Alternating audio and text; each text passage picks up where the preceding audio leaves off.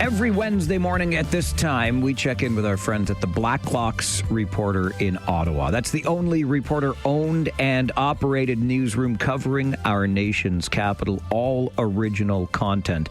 You can find it and get a subscription for yourself at blacklocks.ca. It is well worth your time and investment because they are covering stories that nobody else does. And every Wednesday morning at this time, we get a little insight with the managing editor at Blacklocks Reporter. Tom Korski joins us. Good morning, Tom. Morning, Mike. We know that we are in an era of austerity in Ottawa. The Prime Minister has made this clear.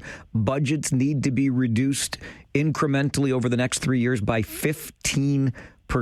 But does this not apply to the Canadian Nuclear Safety Commission? It's interesting, isn't it?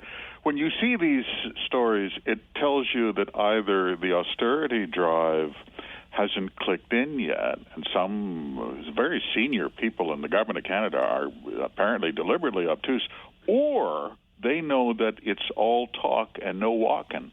Here is the president of the Nuclear Safety Commission. He's paid $250,000 a year, and President Tremblay awarded himself an 85% increase in his travel and hospitality budget, Mike. That's 85%. In a hilarious internal memo, says there's an extreme risk here that taxpayers might find out. An elevated risk, he said, on account of the government has promised austerity, so we definitely don't want this getting around. 85%. He would be up to almost $200,000, not including a $50,000 housing allowance. Deficit times are good times, Mike. Deficit times are good times, Tom. Not such a good time, at least from what I'm hearing from folks around Bill C-9. Attempts to regulate the internet to some degree, prosecute hate crimes, etc. I mean, how much regulation are we talking about here, and how much of what we're doing on the internet will be regulated? Cabinet has a history, don't they? They have a history of having a fetish for control. And they have a couple of companion bills that are working their way through committee in the House right now. C9 is colloquially the swastika ban bill, and it seems to be of not as much controversy as its companion, C8. C8 is fascinating. This is an act respecting cybersecurity. Anybody can look it up. It's on the internet. What would it do? It allows Cabinet, I read the legal text, Mike, any Cabinet member, by secret order, can, I quote, prohibit a telecom service provider from using all products and services provided to a specific person, end of quote. This is justified by any threat. MPs have looked at this, their heads have exploded, and said, so let me get this straight. The Minister of Industry doesn't like my tweets. The minister says that I am a threat to the telecom system.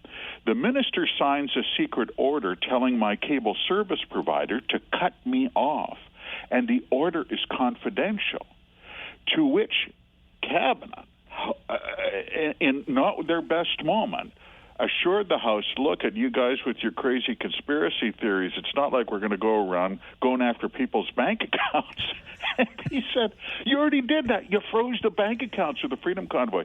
Keep an eye on that one, Mike. That's a good call. Bill C-8, that's a box of fireworks. Well, see, and I thought I had connected those dots exactly how you just explained it, but then my head exploded a little bit. By secret order, all of a sudden, because somebody doesn't like what I posted on the internet, suddenly I'm cut off. Any threat. This is the legal text of the bill. And there have been MPs, Leslie Lewis, Conservative MP, pointed out to the House. She said, okay, let's take this. Let's say I have a constituent who filed a couple of access to information requests, got some documents, exposed some petty corruption in a department, and it's going to start posting this on her Facebook page. The law says any threat doesn't have to be subterfuge. It doesn't have to be sabotage by foreign agents. Any threat by anybody, and you can lose all your internet access, and you'll never have a right to complain because they don't have to tell you, Mike. I'd be very surprised if that bill even gets out of committee. But you got to give it to Cabinet for doing the college tribe. I say fetish for control, that they got to scratch that. They can't help themselves. All right, let's talk about the border. It's been the subject of much discussion since U.S. President Donald Trump won re-election, and we have promised on our end of things to beef up border security to the tune of 2,000 more RCMP officers and Canada Border Guards. How's that going for us? Not so good. Minister of Public Safety, Gary Anandasangri, was asked that very question in committee. How's it going, Gary?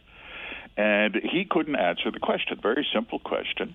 And the promise was very straightforward in the election campaign. As you point out, these are not trivial hirings. It was 1,000 customs officers to crack down on drugs. I'm reading from the Liberal platform. And 1,000 constables to tackle drug and human trafficking. And, quote, kind of a big deal. They re-announced it 4 times. And they asked Minister Anandasangri, how many have you hired so far? And he didn't know. And then the minister made the mistake of saying, I'm not responsible for the hiring, to which MPs replied, no, Gary, that is literally what you're responsible for in your job description, responsible for hiring, way up on the list. It was not a successful appearance, Mike. But he's also responsible for that gun buyback program that he doesn't think will work anyway. And is going to cost, even by the budget office estimate, on their best day, $500 million. Even Gary's own department says they have no research that it will contribute to public safety. Over $500 million. And they have no data. Remember, follow the science? No, there's no science here. It's just an article of faith.